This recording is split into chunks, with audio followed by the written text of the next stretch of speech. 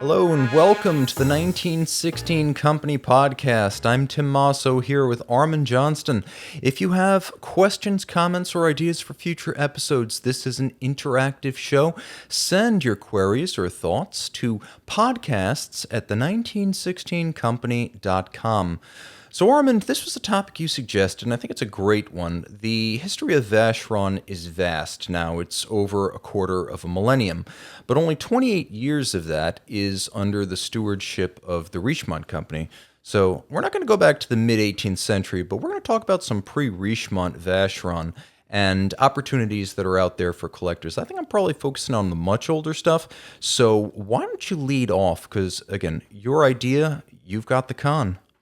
So for some reason, and this is probably due to a couple clients in particular, actually, when I think of neo-vintage and vintage Vacheron, I go to chronographs almost immediately. You know, Lemania-based, Valjoux-based, and it's beyond movement. It's the sum of the whole with interesting lugs and case designs, legible scales, legible dials, legible elapsed times, and there's just something about a 33 to 38 millimeter Vacheron chrono from anywhere between, I guess the early 70s to the late 80s that really strike a chord with me.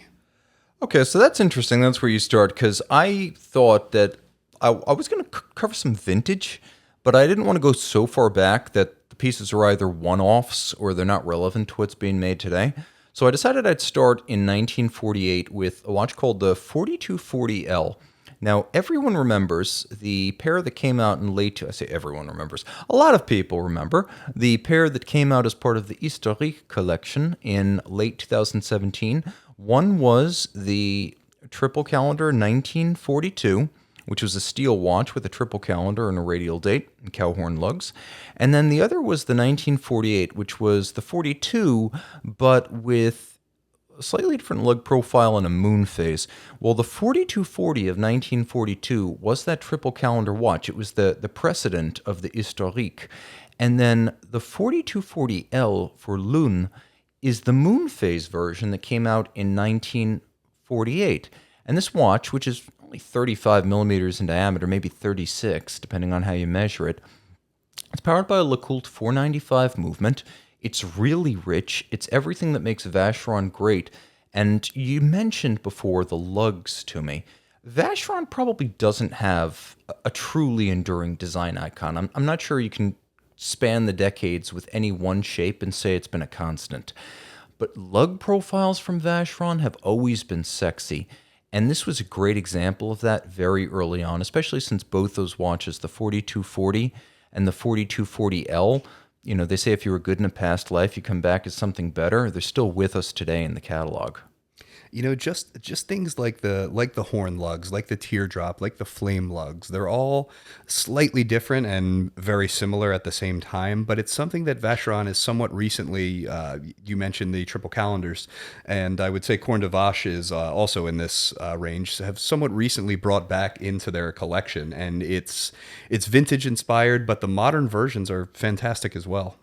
A really good example of, great lugs from Vacheron came in 1952 with a model called the 4764, the Chico Lotone. And that's, of course, the Italian nickname. They've got great nicknames for everything. But I wonder if there are German nicknames that sound like really severe and off-putting. I think the Italian ones are just more fun. But the 4764, it does look like a little chocolate, I guess you could say like a chocolate square or a cushion, and it has this lovely sort of languid, layered tonneau-style profile, and it became the basis for the Historique 1952. It's powered by the same movement as the 4240L. It's a triple calendar with a radial date, but it's got such a different profile, being a broad, sprawling tonneau. It's one of the few early 50s dress watches that feels modern in size even today, because the way those non-round watches wear, it's something that you can put on your wrist, especially if you get one with the rare bracelet. A lot of those bracelets didn't survive because through various spikes in gold values through the years, people separated the bracelet and melted them down.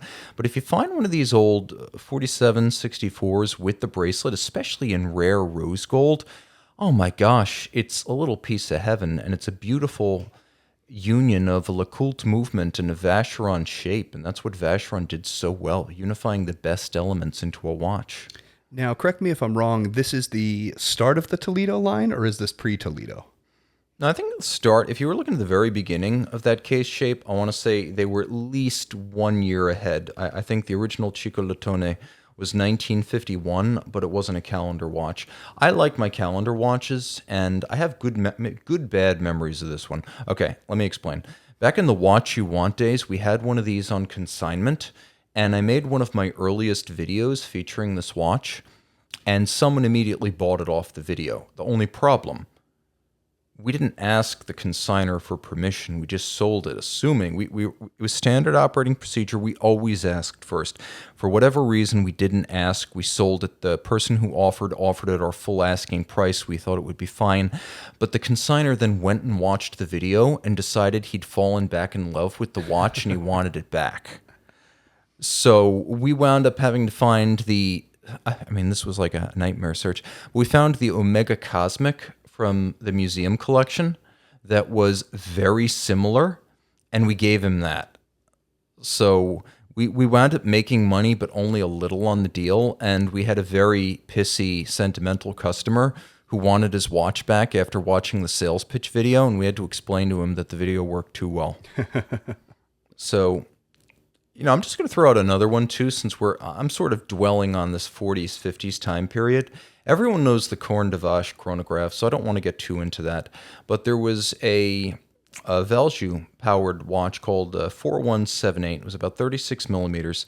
And the 4178 had lovely flowing lug profiles, and they were almost like a Corne de Vache.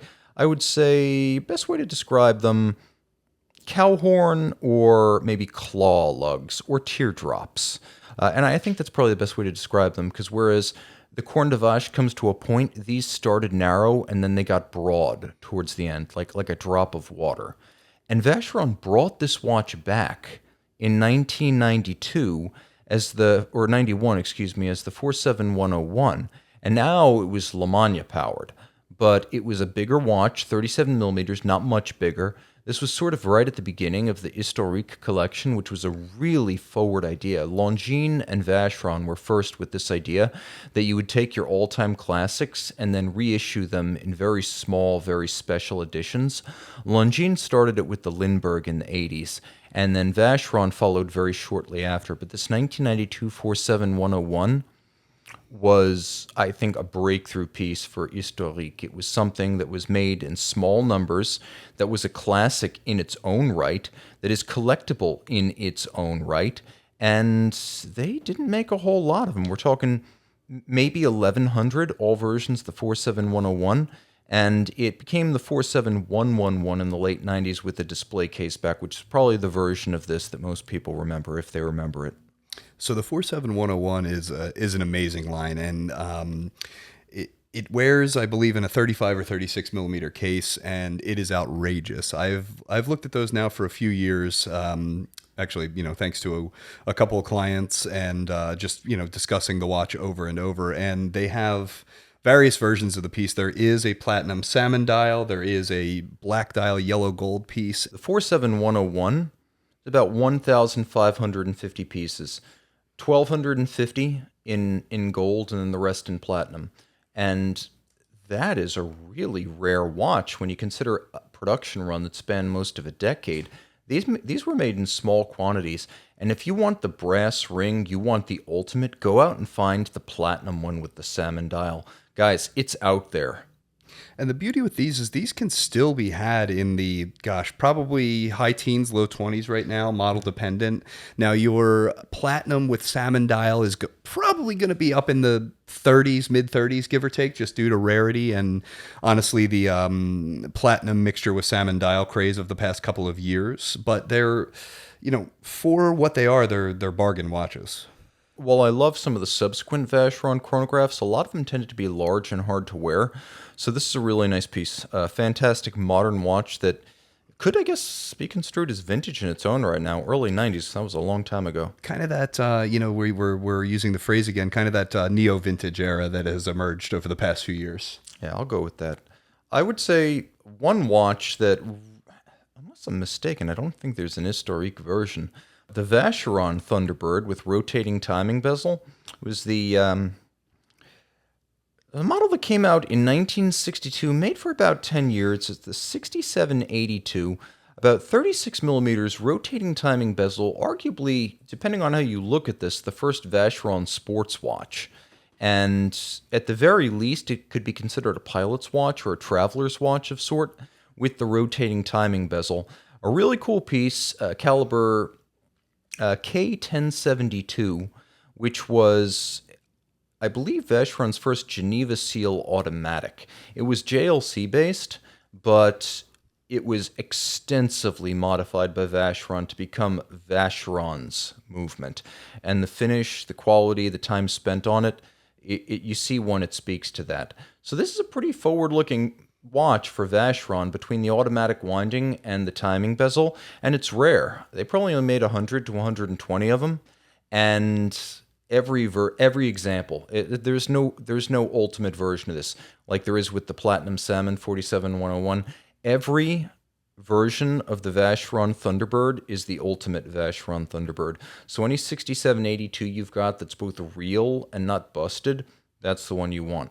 I would say anything that maintains the lacquering on the bezel is going to be a really cherry version of it. I'm not sure if they only did that in the gold versions or not, but I'm looking at one with a little pop of red, a little pop of black. It kind of has a casino-y feel to it in a really nice way. Yeah, I think that lacquer on a bezel, it was described as a roulette bezel, which is weird because we normally hear about roulette dates, but they did have the black and the red lacquering on the bezels of the Thunderbird, and that does go if they're worn. I think it's okay to re-lacquer that bezel, provided you're not trying to disguise wear. If you're just looking to sort of restore the color, I don't think anyone would frown on something like that, which can always be reverted. If the lacquer's gone and you have a high-end dial guy re-lacquer the original bezel, I don't think that's taboo or a mark against the watch. I would even consider it as part of like a factory restoration. Don't replace the bezel, but replace the lacquer if it's gone. I totally agree with that. And case lacquering in general, case enameling, it's subject to a lot of scrutiny, a lot of shock, a lot of potential damage. So it does wear as time goes on. Even caseback lacquering. Yeah. Okay. So we're sort of moving now towards the modern era. And one thing I always loved was, on the AP side, we talked about non-Royal Oak APs, and a critical piece, both historically and economically for AP, was the 5548, which was driven by a JLC 920 base with a Dubois de Praz perpetual calendar module. And AP made over 2,000 of those from 1978 to the early 90s. It was really one of those watches that helped keep AP going during the quartz crisis, recapitulating their commitment to complicated mechanical watchmaking, but also giving them something that they could sell in what was for them relative volume. A lot of people don't realize that Vacheron had its own version of this watch. So comparing notes, I guess, with AP, it came out with something very similar. It took its own version of the JLC 920 base, which it called the 1120, added a Dubois de Praz perpetual calendar moon phase module, 36mm case in precious metal, and boom, you had the Vacheron 43031, and it was made from 83 through the early 90s, and it was Vacheron's version of AP's bestseller. It helped to keep the lights on, and that was a tough period. That was when the Ketterer family was transitioning out of control of Vacheron, and the Sheikh Yamani era was just about to start up in the mid-'80s, and Vacheron needed sources of hard currency, and this was a watch that was viable in almost every market and played to a market that AP had sort of pioneered. So it was a very important watch for Vacheron, even if it is in a lot of ways an AP design derivative. Nevertheless, it is every inch the equal of the AP watch qualitatively. So if you find one of those out there, that's what you're looking at. And it may look like an AP with a Vacheron logo, but it's the real deal. It's a pure blood. Do you have any other 80s flashbacks or? So I have a 70s that I Okay. really love a lot. It is a dual time. It's the reference 2088. Now this is, it kind of screams 70s, to be honest with you, with the bezel texture, with the dial texture. But I love that there is a double manual wind movement in it. Crown on 9 o'clock, crown at 3 o'clock, and true dual time, and just such a cool, very 70s aesthetic, very round case, lugless design, super cool piece. And I don't know, something with the dual movement is so funky and so cool to me. Yeah, that's the old school way of having two true independent time zones. Very difficult to have a dual time watch with two zones geared together at the hour. You wind up having to be imprecise if you're dealing with some of those irregular time zones. But if you've literally got two movements and two crowns, you can set to the minute whatever crazy, idiosyncratic North Korean time zone you're dealing with. Assuming you're the one guy in North Korea who can have a watch like that. We know who he is. Yeah, you can offset just enough with a true dual time watch, provided you have two movements. One watch that I've always really loved because it was the predecessor to a watch I adore. If you know the Saltarello that came out in the 90s. Love the Saltarello. Retrograde, Geneva Hallmark, Jump Hour, Guilloche Dial, limited edition. A lot of folks don't realize that there was a previous watch, a wandering hour, the Heure Sautante, the 43040 of 1994. They made 323 in yellow gold, but also in platinum, so it was a low volume piece back when Vacheron wasn't putting out too much more than few dozen examples of any really complicated watch per year. Those were low production times at Vacheron. And it's got a lovely jump hour. It's a round case. A lot of people they're not comfortable with the Saltarello being a cushion case. This has a round case. It's got a wandering minute index, and then it's got a jumping hour. And it's got that JLC 1120 base, which is a huge qualitative upgrade over something like the JLC 889s, which were being used as automatic drivers by Vacheron, AP, and many others at the time. The 1120 was a big step up because that was a movement that only Patek, Vacheron, and AP were allowed to use under the original deal with Jaeger-LeCoultre. So it feels like an ultra horology movement in a high horology complication. And the rarity with, I think maybe at most 190, 191 made in gold, the rest in platinum. This is a rare watch in all its versions. I would love to see an historique revival of watches that came out in the 90s. I think that's like the next frontier. We were talking about how these are new vintage or young vintage. Vacheron, give us reissues of stuff you made in the 90s. That would be really cool. We talk about this from time to time in the office, but Vacheron being, as old as the brand is and having such a wide collection, perhaps has one of the best past catalogs to pull modern watches from. And I find that they've started to do it over the past, call it 10 years, give or take. I want more. I will always take more vintage inspired from Vacheron in particular. Yeah, I think the nice thing about Vacheron is that when you have been around for 1/4 of the time since Christ, well, I guess 1/8, to be fair. And they're a quarter of a millennium. So 1/8 of the time since Christ. You are bound to build something for everyone. So it's almost like Jaeger-LeCoultre. Keep looking and you'll eventually find a JLC you love. It's the same with Vacheron. Keep looking, you'll eventually find a Vacheron you love. You're not into the overseas, that's okay. You're not into pocket watches, that's okay. Or you are into pocket watches, then you're great. Any style, any complication, any size, you'll eventually find it. It's much more difficult in our modern era when, independent brands are so hot and you've got brands with between, 5 and 30 years of existence. They may have only made one wild style of watch. Like there's not a whole lot of sober and refined, low-key Urwerk options out there. So with Vacheron, you do have that flexibility. Keep searching. You're guaranteed to find your match. And the great thing is, a lot of them are kind of undervalued. A great example, that 43040, those still trade for very reasonable money. So compared to like a modern watch that sells used, this piece, which is now both vintage and complicated Vacheron, it's got a lot to offer.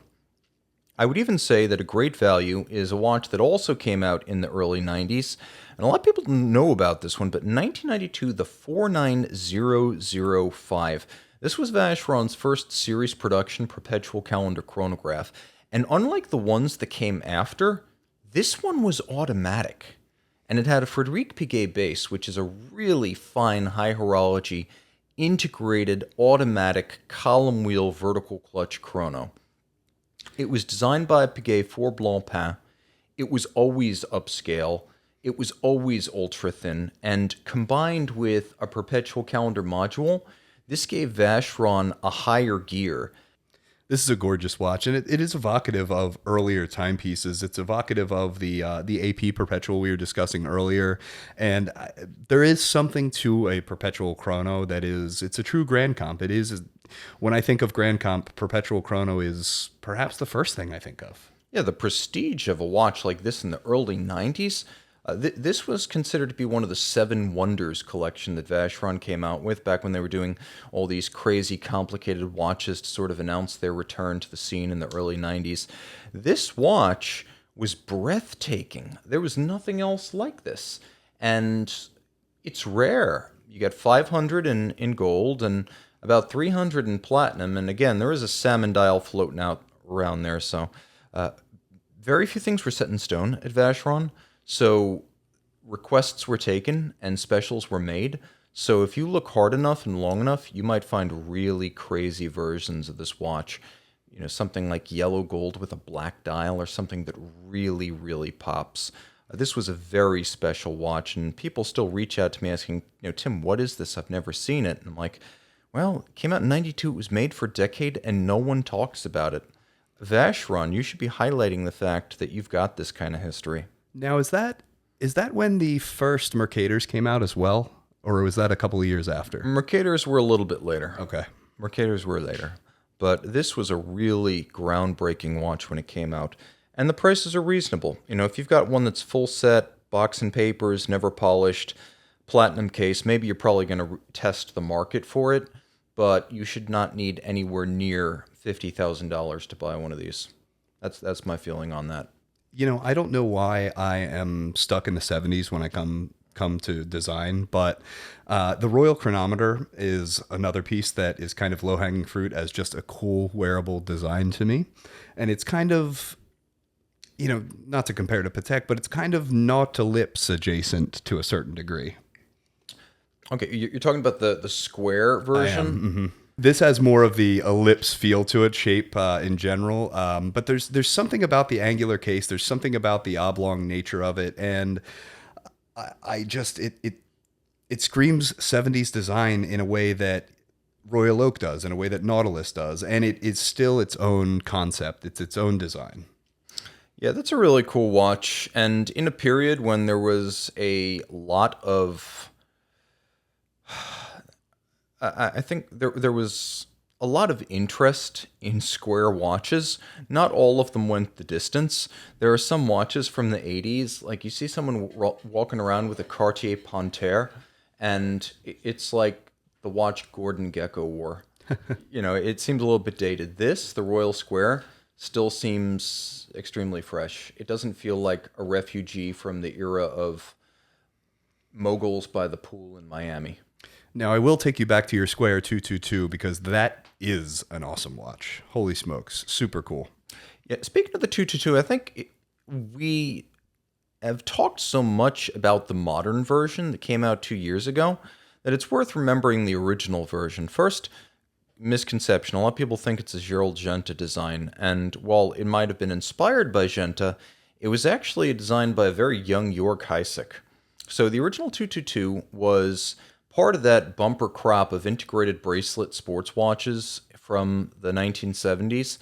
Depending on who you believe designed the Rolex 5100, it started with watches like the 1972 Royal Oak, the 1973 Baume & Mercier Riviera, and then we had the 75 Laureato from Gerard Perregaux, '76, Genta came back, reconsidered his Royal Oak as the IWC Ingenieur SL, the 1832, and the 3700 Nautilus from Patek Philippe.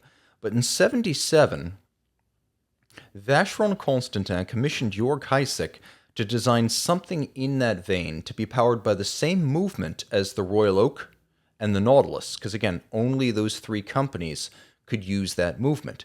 Heisek came up with something that was definitely in the spirit of the era, but looks remarkably fresh and clean today.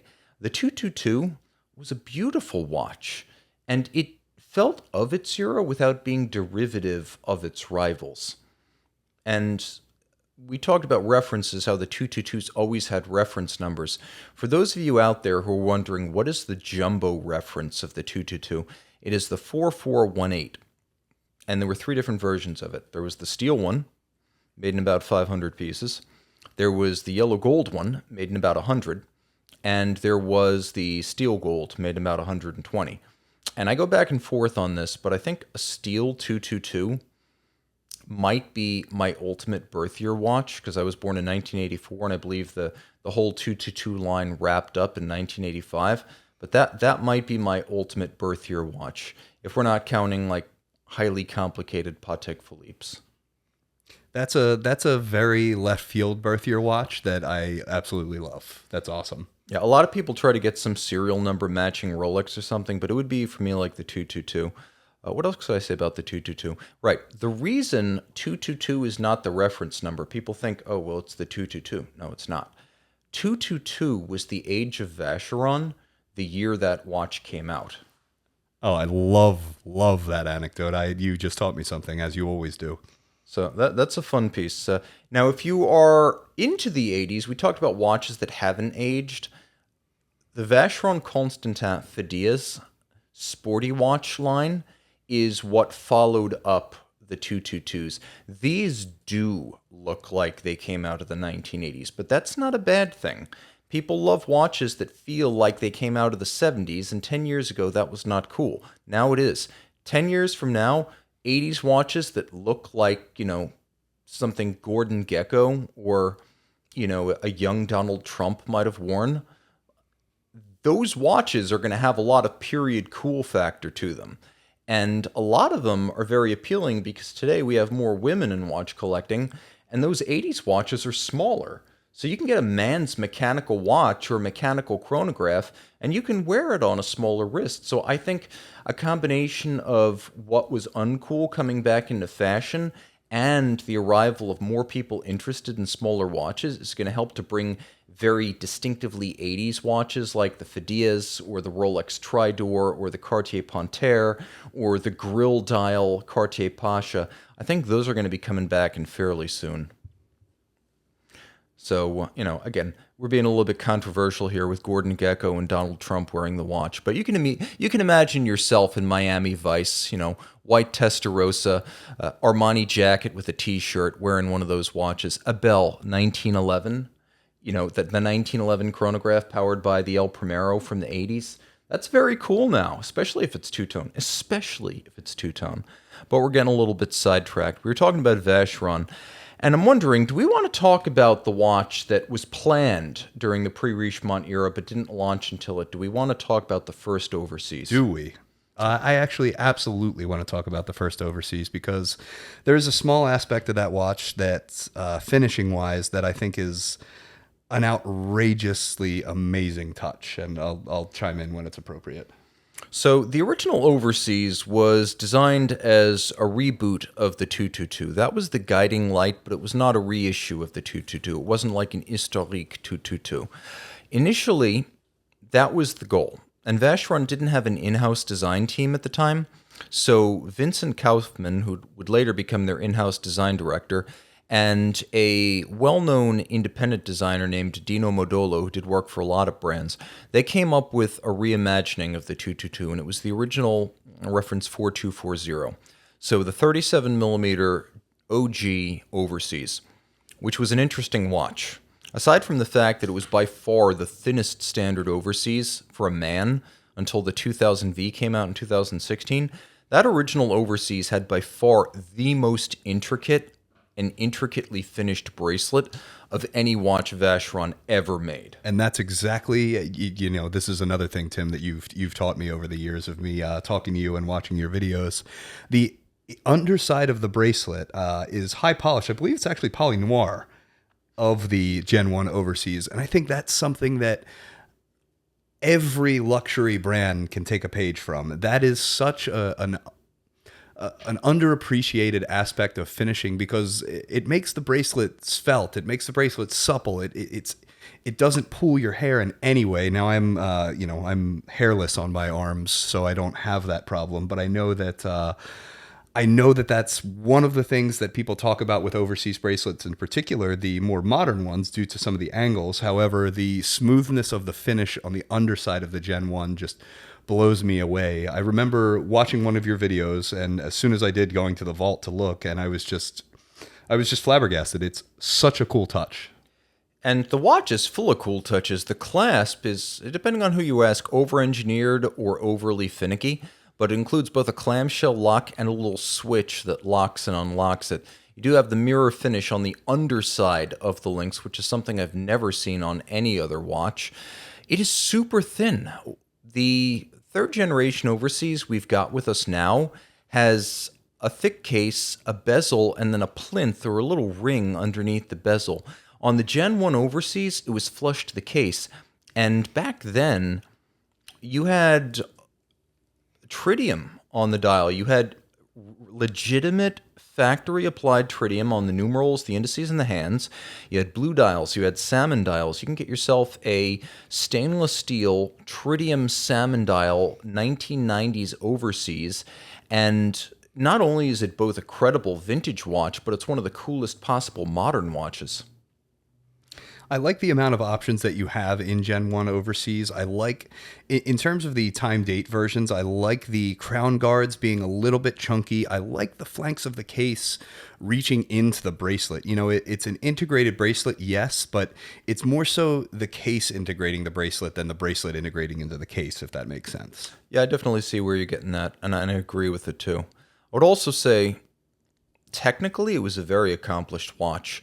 You got to realize, back in the 1990s, for Vacheron, the consummate dress watch brand, to release something that was 150 meters water resistant, that was more than any Nautilus. That was more than any Royal Oak. That was more than any Royal Oak offshore. The only comparably water resistant watches were dive watches. And inside the case, you have a rare example of a Chronometer certified Girard Perregaux automatic, and this is from, I believe, the 3100 series. And it was not only Chronometer certified, but was the only Overseas that was ever Chronometer certified.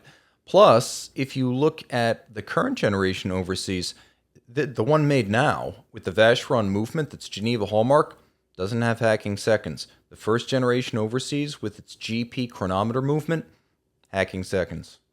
So let's talk complication in Gen 1 Overseas. They did make a chrono. It was a couple of years after the time only came out, but yes, it was time date and chrono basically for until Gen 2, correct?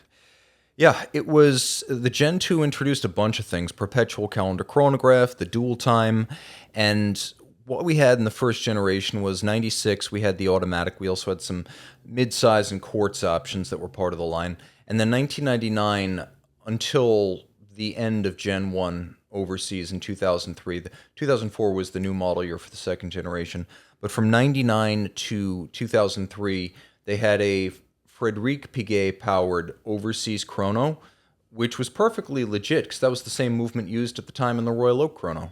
And it's a very, like we said before, that Piguet 1185 is an incredibly accomplished high horology automatic chrono. And, it was considered to be on a lot of levels the inspiration for the 4130, and we know how regarded that is. But that Piguet is the real deal, and Vacheron was absolutely pulling from the right pile. It's also a very wearable Overseas, and I should mention that it's smaller than the second generation and the third generation. By the time you get to the third generation Overseas chrono, you've got something that's the size of a Royal Oak offshore, whereas when you've got that first generation Overseas chrono, you have something that is even a little bit more compact than a Daytona. Very wearable.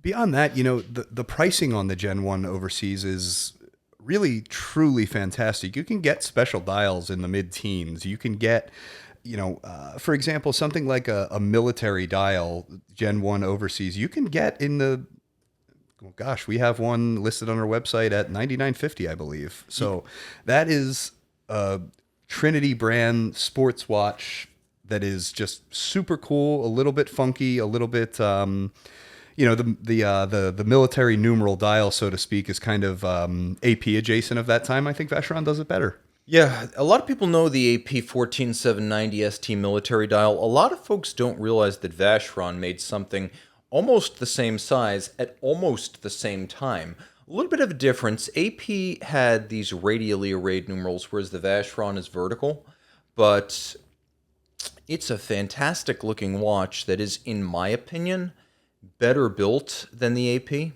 and definitely more water resistant. The AP is a screw down crown in 50 meters, but given the age of the watch, I wouldn't necessarily swim with it. Whereas the Vacheron, if it's been through service recently and it's passed a water test, 150 meters, screw down crown, screw down chronograph pushers, you're good to go. That's still a viable sports watch in a way that the military dial midsize Royal Oak is not.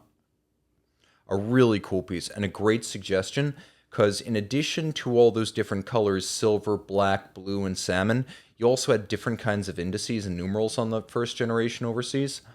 It's also, again, I mention this a lot, we do have women in the hobby now. It's something that's easier to wear, and while there are quartz and mid-size overseas from the first generation, if you really like mechanical watchmaking, don't put yourself through that. Get a full mech, and this is the way to go. It's a fantastic ladies' watch. That's a really good call out, or rather, fantastic watch for women in general. Yeah, and I'll be honest, I've got a skinny wrist, so I'm often in the same boat. Oh, I would absolutely wear this piece. I mean, I have roughly a 7-inch wrist, and I would and can wear everything down to like a 33 millimeter. This is sweet spot. One thing that I'm probably in the minority with, I really like solid casebacks, and I think Vacheron has a really cool solid caseback on most of the overseas. Oh yeah. Now that's a great point. First of all, in the 90s, people are like, that's so stupid. Why would you have a solid? People who say that are not informed about watchmaking history. It was always considered to be a mark of integrity to finish a movement. It was never something you did to show off to the owner. It was always a sign of integrity to impress the next watchmaker. So back in the 90s, it was not thought that you would put a display case back on a watch universally. Even the first Langas, they were beautifully finished, but they had solid case backs in the 90s. And that was basically Vacheron's thought with the overseas. It's not that it was afraid to show a customer caliber, because that's how Vacheron had built its watches for 250 years. And by the late 90s, it was putting display case backs on the customer caliber JLC powered watches. But with the overseas, they thought A, water resistance is king, and B, we think we can do something better than just showing you a rotor and a winding bridge. And so what they came up with was a ship. And the ship is a real ship. It's the Italian naval training vessel Amerigo Vespucci. They looked at dozens of different tall ships, square riggers, full-rigged vessels, ocean-going sailing ships. And they settled on the Italian Navy's training ship, which is called Amerigo Vespucci, which is believed by many to be the most beautiful full-rigged ship in the world. And that's exactly what you have on the caseback of the Overseas Generation 1 and the Overseas Generation 2. And I think it still looks like dynamite. Unless you're going to give me an Overseas with some sort of crazy complication or a manual wind movement, frankly, I don't need to see the huge undifferentiated expanses of Vacheron's 5100 caliber in the current overseas. I know people like to see it, but the most interesting thing aesthetically about the 5100 is the 22 karat rotor with 4 different finishes. And you could just as easily have put that design on the caseback. I like too the Maltese cross theme of the bezel and caseback. You kind of have Royal Oak style construction with the through screws. However, you only see those on the caseback rather than on the bezel, which quite honestly I like a little bit better. But they screw through to the bezel. It Correct me if I'm wrong, it's a full 3-piece case, and this holds it all together. Yeah, one more watch I want to call out. Now, we're going to break a little bit with our theme because this watch came out in 2000, but if you ever saw the controversial movie adaptation, the film adaptation of Miami Vice, we mentioned it earlier, I'm bringing it back. Well, Michael Mann is a huge fan of Vacheron, and a watch that came out in 2000, the 47112, the Malt Perpetual Calendar Chronograph. If you look at what you would pay, this is the same Lemania base, Perpetual Calendar Chrono, gorgeous Vacheron stepped claw-style lugs, a Hunter caseback, yellow gold or platinum, very few made. This is the watch. If you want something wearably sized, it's only about 46 millimeters lug to lug, and it is beautiful. It has everything to offer, and I haven't checked the market. Maybe you can help me out with this, Armand, but last I checked, this was still a solidly 5-figure watch. Right, absolutely. Gosh, you could have this watch probably for 50 to 60,000. Yeah, and we're talking full box, full paper. There's not a huge price spread, oddly, between platinum and yellow gold. And I actually like this one in yellow gold. I do too. You know, again, please correct me if I'm wrong. The moon phase disc on this is yellow gold itself, and it's really beautifully carved. And I like the matching of the case to the moon phase. Yeah, you're going to have to like the traditional moon phase with a little face on there, the melancholy moon. I never really understood why the moon wasn't more joyous. But at the same time, if you think about how long winter was in Switzerland traditionally, maybe that's the answer. But this is a beautifully made watch, and it comes back to that intergenerational Vacheron strength that just spans eras of really strong lugs, giving the watch the character. It's a round case, like any round case, but when you add those lugs, all of a sudden it has so much power. And, you know, save for the complication and pairing of complications, this watch could have come out of the 70s. It doesn't have anything that ties it directly to, well, other than maybe sizing, I guess, directly to 2000. Yeah, this is a watch that is out of time, so to speak, and especially since the size has come back into fashion. You know, there was a time in the 2000s when the size would have marked it as something a little bit older and quaint. It's no longer considered unusual or weird for a men's dress complication to be around 39 millimeters. If anything, it's come back into style in a big way. So that's kind of where we stand on Vacheron in, well, mostly it's pre-Richemont era. But if you would like to hear a different topic addressed on this show, or you have a question or query for us, send that to podcasts at the1916company.com. Thanks to all of you for joining us. Be sure to check out our features each week on Watchbox Studios and our individual reviews on Watchbox Reviews. Time out, Tim out, Armand out, and thank you for logging on.